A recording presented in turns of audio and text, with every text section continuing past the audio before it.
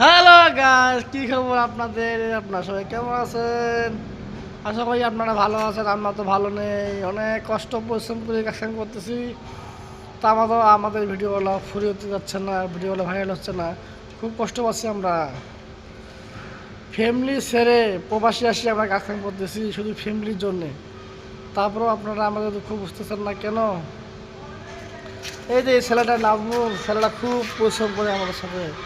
কঠিন কঠিন দেখছেন, চুল কাটার সময় পাচ্ছে না। আমাদের টাকা নাই চুল কাটা, দেখছেন দাদি বস, আমাদের টাকা টুকা নাই। আপনাদের সাহায্যে সাপোর্ট করেন, তাহলে আমাদের 2 টাকা হতে পারে।